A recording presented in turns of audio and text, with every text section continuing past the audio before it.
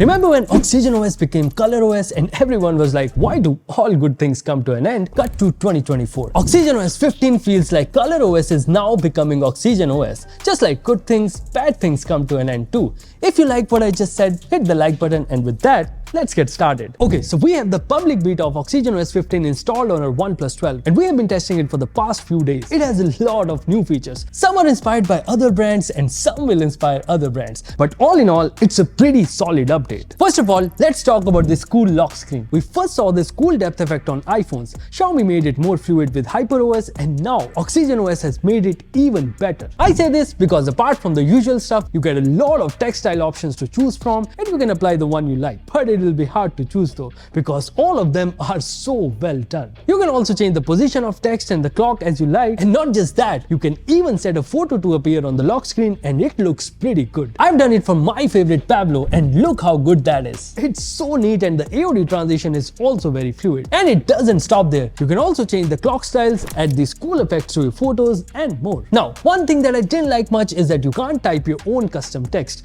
which would have been awesome. OnePlus, let's just bring that option because it'll be super cool. Another feature that OxygenOS took from iPhone is the live alerts feature. It works exactly like the iPhone live activities on home screen, but there's a catch. A good one. On iPhones, if you have multiple apps open with live activities, you have to swipe to view each one separately. But here, OnePlus stacks alerts for up to 3 apps and everything is visible in just one screen, so no need to swipe. It's well thought out and more user-friendly, but there's limited app support right now. I really hope that changes because almost 30% of Indian smartphones will be running this skin. OnePlus has also introduced a new feature to help you get your photos from your iPhone friends faster and in OG quality. Basically, you need to convince your friend to install the O+ Connect app, and once they do, you can easily get your photos from your friends and it works like a charm. And you can also send photos from your phone, but I doubt they'll ask. This is quite handy, but if you're already using an app like Local Send, you might not need it. By the way, there's this bug that I encountered. While receiving a file on iPhone, this OnePlus phone shows up as Oppo, which could confuse users. I hope OnePlus fixes this soon. OnePlus has also added a lot of AI features in OxygenOS 15 to match up with the competition. In the Gallery app, you get 3 cool new AI features. This AI Unblur lets you unblur your blurry photos. With AI Reflection Eraser, you can erase reflection from a photo and this works exactly like One UI. And finally, there's AI Detail Boost that enhances the details in a photo. The Notes app also got some very useful AI features. You can now clean up and polish your notes to make them more organized, and with Continue Writing, you can let AI complete your sentences. Lastly, with the Intelligent Search feature in the Global Search, you can quickly scan your local files and get the required information without even finding and opening the file. Now this is a very impressive feature, but I couldn't test it because it's not there in our beta bit. And now, if smooth animation excites you the most, then you are in for a treat because OxygenOS 15 has done a lot of work here.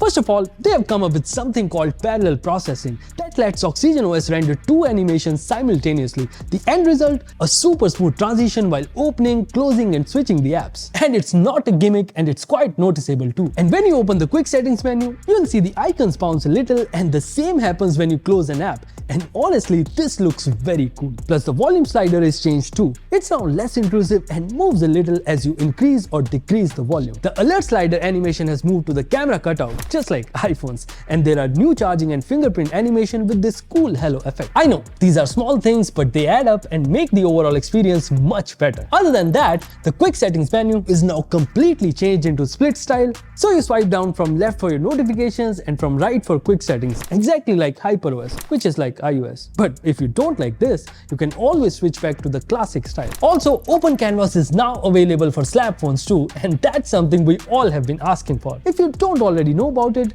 this feature makes the split screen on Android actually usable. With this feature, you can use 2 apps like this and switch between them easily for better multitasking. Finally, there are some more features like addition of live photos in the camera app, hollow audio support for internet calls, new icons in the settings app, circle to search, theft protection, but most importantly, the return of OG calculator, and that could trigger emotions.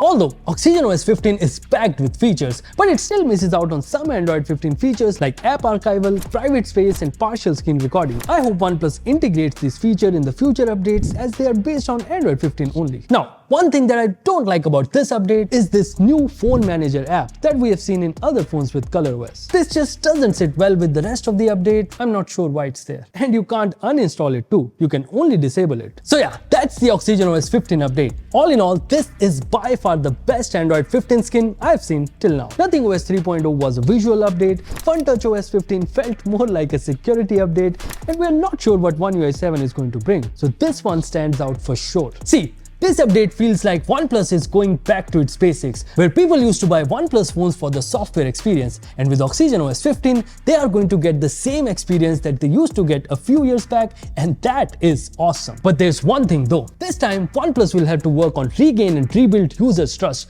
because that's kind of shaken right now. So that's all from my side. What do you guys think about the OxygenOS 15? Do you guys think that it's the comeback of OnePlus that we all loved? Tell us in the comments. Hit the like button if you really enjoyed this video. Thank you for watching, and I'll see you in the next one.